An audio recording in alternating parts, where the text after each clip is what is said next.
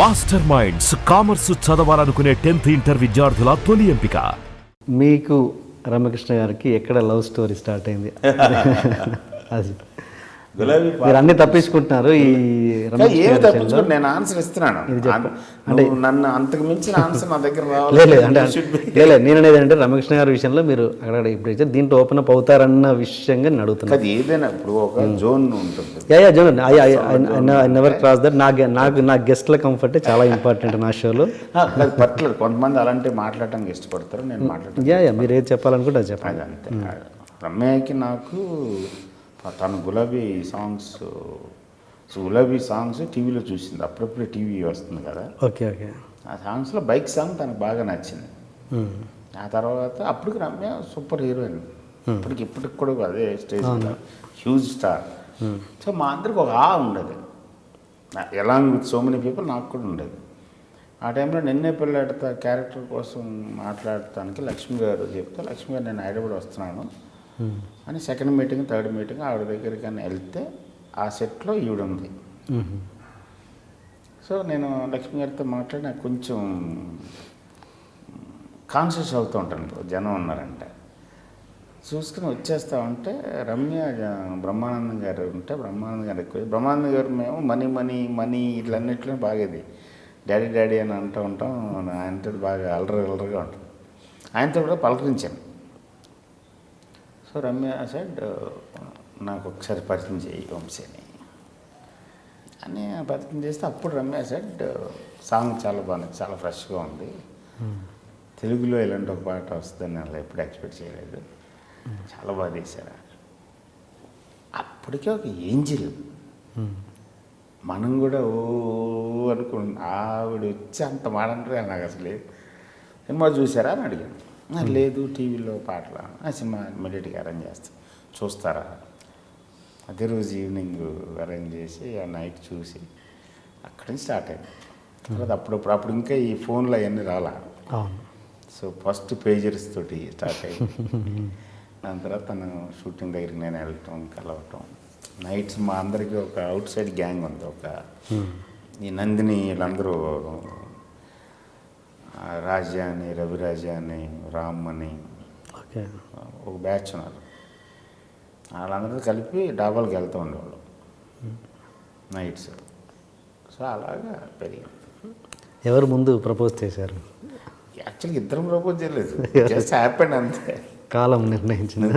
అలా కదా, అది ఎప్పుడు అదే నేను సినిమాల్లో రెప్లికేట్ చేయడానికి ట్రై చేస్తుంటాను. మీరు అబ్జర్వ్ చేశారు లేదు, నా సినిమాలో ఎంతవరకు ఐ లవ్ యూ అనేది ఉండదు ఎప్పుడు. ఆ పాయింట్ ఇట్ జస్ట్ హ్యాపెన్స్, ఒక మూమెంట్లో అవుతుంది అంతే, చెప్పుకోక్కర్లేదు. అలా జరిగింది. ఒక 15 days 1 month తర్వాత రియలైజ్ దట్ కొంచెం ఏదో ఉందని. ఓకే. అంటే మీరు అంటే చంద్రలేఖకి అంటే మీ లవ్ స్టోరీ స్టార్ట్ అయింది చంద్రలేఖ దగ్గర కాదు. చంద్రలేఖ టైంకే డీప్లీ ఇంటూ నిన్న పిల్లడితో అయిపోయిన తర్వాత గులాబీ స్టార్ట్ అయింది. నిన్న పిల్లడితో కొంచెం ఇది స్టార్ట్ అయింది. సింధూరం టైంకి లవ్ స్టోరీ, లవ్ అనేది అర్థమైంది. Love or what ever you call it, I feel it's like emotional connect. Okay, అది అయ్యింది. ఓకే, అవి కంటిన్యూ అయ్యి సింధూరం తర్వాత చంద్రలేఖ టైంకి వచ్చేటైంకి ఈవెన్ నాగార్జున మోస్తాను. ఓకే. అంటే మీకు రమ్యకృష్ణ గారిలో అంత కనెక్ట్ అయిన విషయం ఏంటి? అంటే మీరు అసిస్టెంట్ డైరెక్టర్గా ఎంతమంది హీరోయిన్స్ని చూశారు, ఎంతమంది ఇది చేశారు, ఎక్కువగా కనెక్ట్ అయిన విషయం ఏంటి? అనే personal level she is more human. Okay. Doll కాదు, ప్రొజెక్షన్ కాదు, ప్రిటెండెడ్ ఇమేజ్ కాదు, ప్రిటెన్షన్స్ లేవు. Whatever she does it openly. తను డబుల్ ఇమేజ్ ఉండదు, లోపల ఒకటి బయటకు ఒకటి ప్రొజెక్షన్ ఉండదు. Okay. And very compassion and very transparent. ఏమన్నా మా ఫేస్లో తెలిసిపోతుంది. Okay. She hates us or she loves us, she likes us or she is indifferent, she doesn't like. And ఏ విషయంలోనూ డొంక తిరుగుడు ఉండదు. ఇవాళ ఇన్ని సంవత్సరాలు అయిన తర్వాత ఏదైనా సరే ఎనీథింగ్ ఇస్ రైట్. ఓకే.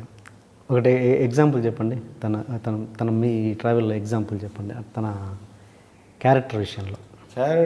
అదే చాలా సార్ నేను ఫస్ట్ కనెక్ట్ అయింది అక్కడ. ఒక రోజు కారులో బయటికి వెళ్తున్నాం ఇద్దరం. అప్పటికి పూర్తిగా స్ట్రేంజర్స్ కాదు, పూర్తిగా లవర్స్ కాదు, ఆ మధ్య stage. We both realised and try చేస్తుంటే సడన్గా చేసేట ఒక గెస్ట్ హౌస్కి చెప్పింది. అప్పుడు గెస్ట్ హౌస్ ఉండే ఎక్కువ. అక్కడికి ఎందుకన్నా లేదు ఊరిని వెళ్ళొచ్చేద్దాం 2 minutes. ఎవరన్నారు? మీ తనన్నారు. సరేనే వెళ్ళాను. సరే రా అంత. సరే నేను ఏంటిది అంత లోపలికి very low class guest house అన్నమాట. రూమ్లు అన్నీ కూడా దారుణంగా ఉంటాయి.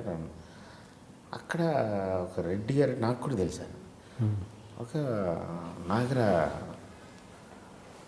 మ్యాన్. ఓకే.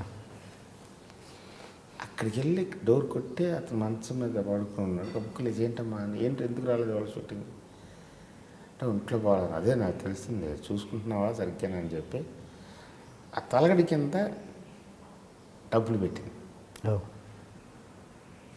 నాకు అర్థం కాలే అసలు. తర్వాత సరే నువ్వు జాగ్రత్త చూసుకొని చెప్పి వచ్చి ఏంటంటే లేదు 2 రోజుల నుంచి ఆయన కనపట్టలేదు.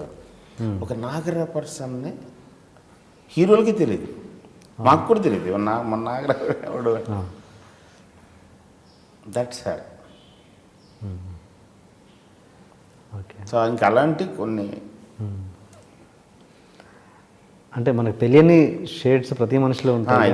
ఉంటుంది. ఇది ఒక్కటేనే కదా, this nature of hair is there in every aspect of our lifes. Okay okay. అది కూడా ఇప్పటికీ కోపం వచ్చిందంటే బ్లాస్ట్ పడిపోతుంది, లవ్ వచ్చిందని అలాగే ఉంటుంది, అజ్జరకంగా ఉండదు. Okay okay okay. మీ మీద అంటే రకరకాలుగా వెబ్సైట్ రాయడము, రకరకాలుగా న్యూస్ రావడము, అంటే దానికి ఈ ప్లాట్ఫామ్ అన్నది ఇక్కడ క్లారిఫికేషన్ పర్ఫెక్ట్గా వస్తుందని నేను అనుకుంటున్నాను. అంటే ఏంటి మీ మధ్యలో విభేదాలు ఉన్నాయని ఫస్ట్ ఆఫ్ ఆల్ క్లారిఫై చేయాల్సిన అవసరం లేదు. We are happy.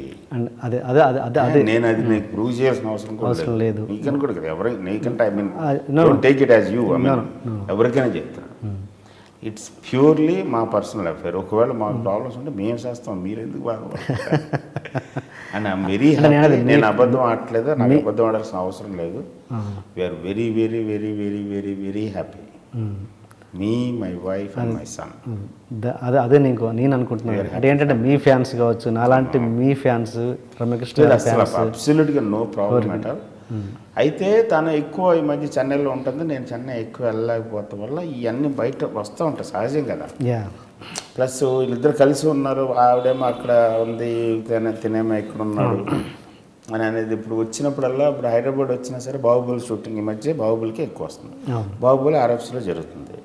సో మన ఇంట్లో ఉండి రోజు 1.5 hour వెళ్ళటం కంటే హోటల్లో ఉండటం, RFCలో ఉండటం బెటర్ కదా. సో అలాంటప్పుడు నేనే వెళ్తుంటాను నైట్స్. సో ఇక జనం అనుకోడంటే పాపం ఏదో ఇంట్రెస్టింగ్ ఉంటుంది కదా, వాళ్ళకి ఏదో టైం పాస్ కదా, అంతకుమించి అబ్సల్యూట్గా ప్రాబ్లం. ఓకే. ఇక్కడ నుంచి ఇంకా న్యూస్ రావని ఆశిస్తాను. వస్తాయా చెప్పుంటాను. అంటే రమ్యకృష్ణ గారి డబ్బులన్నీ కృష్ణవంశీ గారు అన్ని ఆ శ్రీ ఆంజనేయంలో దాంట్లో దీంట్లో పెట్టి పోగొట్టారు. ఇవన్నీ చిచ్చి అసలు క్వశ్చన్ లేదు అసలు.